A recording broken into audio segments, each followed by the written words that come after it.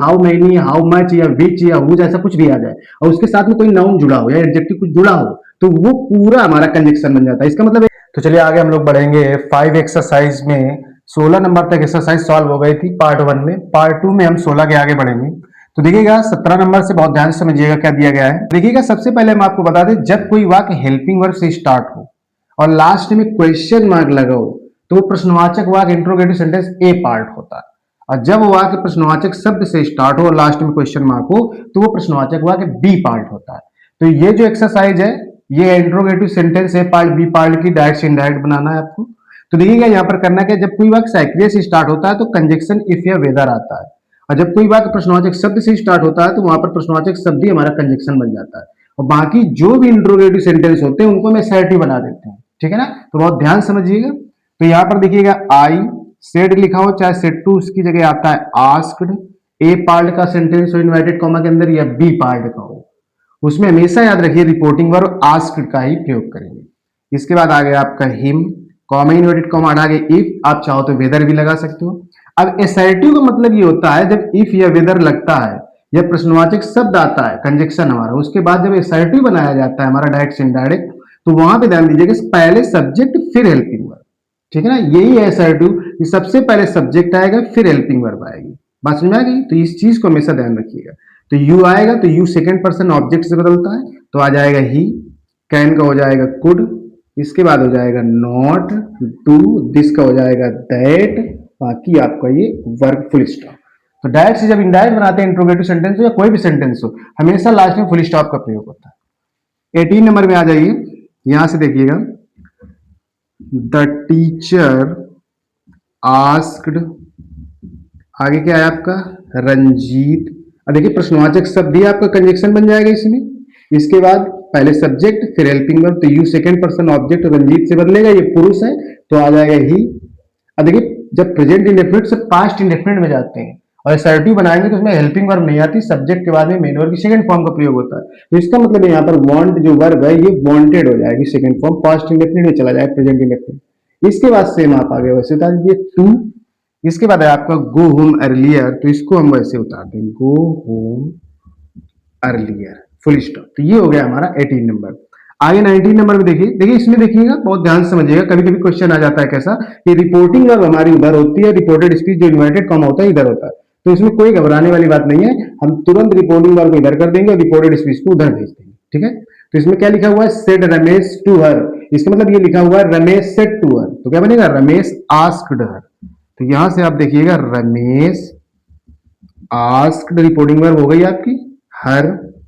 अब देखिए साइक्रिया से वाक्य स्टार्ट है, इसका मतलब ए पार्ट है तो यही वाला रूल लग जाएगा, तो हो जाएगा इफ, और इफ के बाद कर्ता प्लस साइक्रिया तो यू है, पहले यू आएगा फिर है आएगा जब असर्टिव बनाएंगे, तो यू कर्म से बदलेगा हर से तो आ जाएगा यहाँ पर, जब यू को हम हर से बदलेंगे यू सब्जेक्ट है तो यहाँ पे क्या हो जाएगा सी हो जाएगा।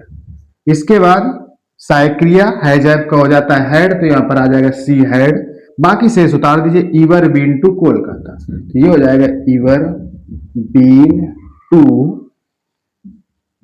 कोलकाता। तो देखिए ध्यान से आप समझेंगे तो आपको बेहतर तरीके से समझ में आएगा। तो 19 नंबर तक क्वेश्चन सॉल्व हो गए हैं। आगे हम लोग बढ़ते हैं 20 नंबर पर।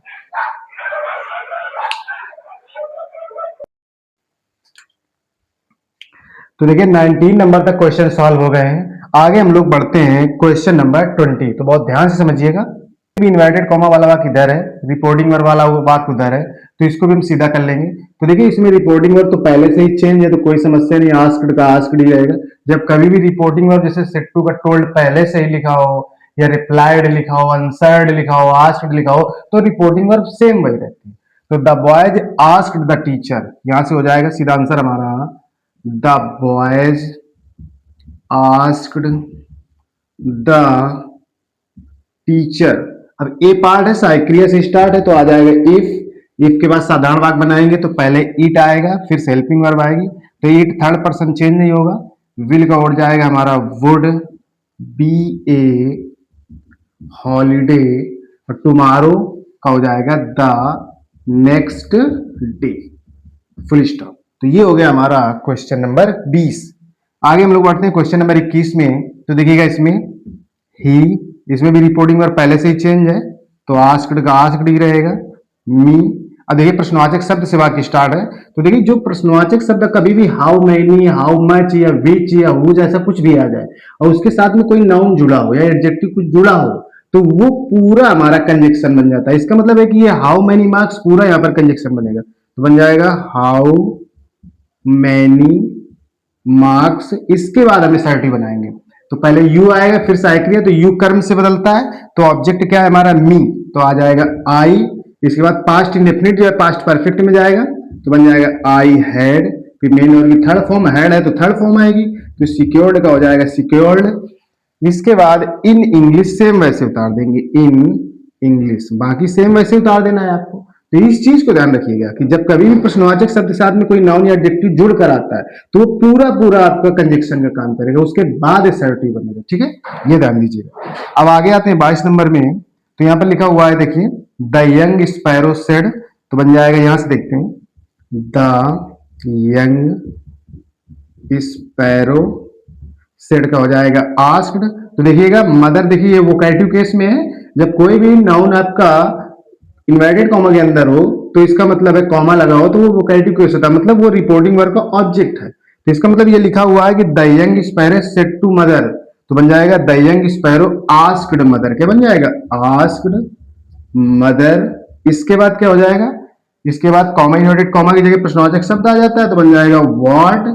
इसके बाद एसर्टिव बनाएंगे तो बन जाएगा दैट स्ट्रेंज ऑब्जेक्ट वॉच, तो बन जाएगा दैट, क्योंकि जो उसका सब्जेक्ट है वो है दैट स्ट्रेंज ऑब्जेक्ट, तो दैट स्ट्रेंज ऑब्जेक्ट। इसके बाद हेल्पिंग वर्ब आएगी तो इसका हो जाएगा वॉच। तो ये हो गया आपका क्वेश्चन नंबर 22। तो देखिए क्वेश्चन नंबर 22 तक सॉल्व हो गए हैं। अब हम लोग बढ़ते हैं क्वेश्चन नंबर 23 की तरफ। आगे देखते हैं हम लोग क्वेश्चन नंबर 23, तो बहुत ध्यान समझिएगा। देखिए यहाँ पर हो जाएगा सी, रिपोर्टिंग वर्ब की जगह हो जाएगा आस्क्ड हिम। साइक्रिया से वाक्य स्टार्ट है तो इफ लगेगा, इफ या वेदर। इसके बाद एसर्टिव बनाएगा तो पहले आई आएगा फिर मेक माइड होगा, तो आई सब्जेक्ट से बदलता है कॉमा वाले वाक्य। देखिए फर्स्ट पर्सन सब्जेक्ट से बदलते हैं कॉमा वाले वाक्य, और जो सेकंड पर्सन होते हैं वो ऑब्जेक्ट से, और third person no changement, rule हमने बता दिया है। देखिएगा आई बदलेगा सी से तो हो जाएगा सी, अब मेगा हो जाएगा माइट, बाकी आपका यूज, योर सेकेंड पर्सन है हिम से बदलेगा तो आ जाएगा पजेसिव केस हिज। इसके बाद टेलीफोन। तो देखिए अगर आप ये मेरा पहला वीडियो अगर मान लो आप देख रहे हो, आपने अभी पीछे की कोई वीडियो ना देखे हो और यहाँ तक की सारी पीछे की एक्सरसाइज रूल बता दिए गए, तो चैनल पर नए हो तो आप सब्सक्राइब कीजिए और चैनल पर जा करके इसके पहले के जितने भी रूल्स हैं वीडियो आप वहां पर देख सकते हैं। तो ये हो गया आपका 23 नंबर क्वेश्चन सॉल्व। 24 नंबर पे आ जाइए, तो देखिएगा यहां से बनेगा द कस्टमर आस्क्ड, सेड या सेड टू हटा के आस्क्ड। इसके बाद द शॉपकीपर, तो ये द शॉपकीपर वैसे लिख देंगे, कॉमा इन्वर्टेड कॉमा हटा के इफ आएगा क्योंकि साइक्रिया से वाक्य स्टार्ट होता है तो इफ लगाते हैं कंजक्शन। अब कर्ता प्लस साइक्रिया असर्टिव सेंटेंस बनता है, इंट्रोगेटिव असर्टिव बनाया जाता है, तो यू बदलेगा ऑब्जेक्ट से, इसका मतलब शॉपकीपर पुरुष मान लिया तो ये आ जाएगा। पास्ट इंडेफिनिट पास्ट परफेक्ट में जाता है, हेड के बाद मेन वर्ब की थर्ड फॉर्म आएगी, तो यहाँ पर जो क्लोज लिखा है उसका हो जाएगा क्लोज्ड।